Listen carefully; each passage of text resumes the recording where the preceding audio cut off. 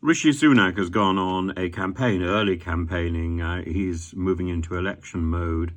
And one of the problems with Sunak and with Starmer and with, in fact, with almost everybody at the moment, is they're all responding to little problems. Rather than fixing the problem, they're responding with platitudinous rhetoric.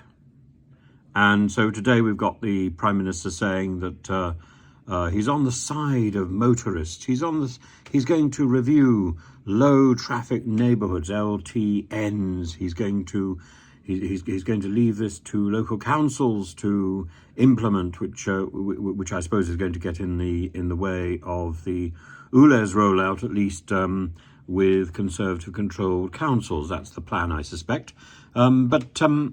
The whole thing comes across as much a sham as indeed Suella Braverman's stuff about tents, about hotels, about barges. She doesn't think anything through. Rishi doesn't think anything through. They just think, let's say something because an election is looming, because somebody's looking at us. Oh my goodness, I've got to say something.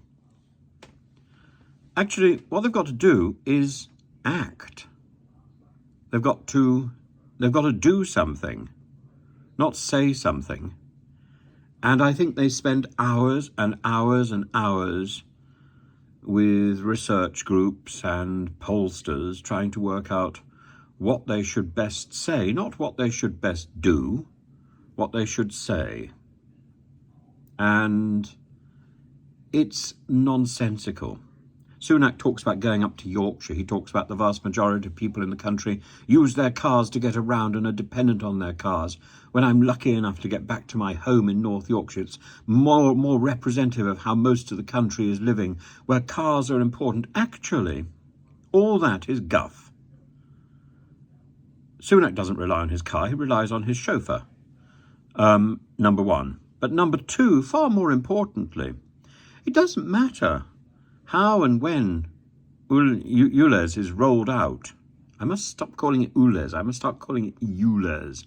When ULEZ is rolled out, if the infrastructure of public transport is not there to support the needs of people getting from one place to another, the whole thing is pointless. The whole thing collapses because we can't live like that.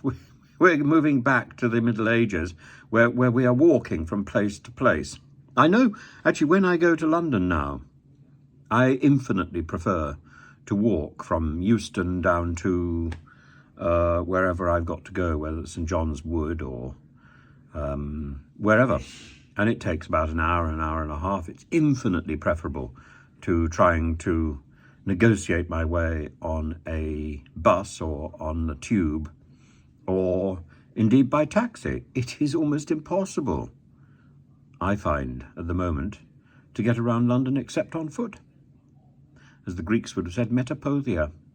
And I don't think that's a sustainable way to function. Our transport is a mess in the capital. Our transport is a mess around the country. And no amount of rhetoric is going to fix that, Rishi.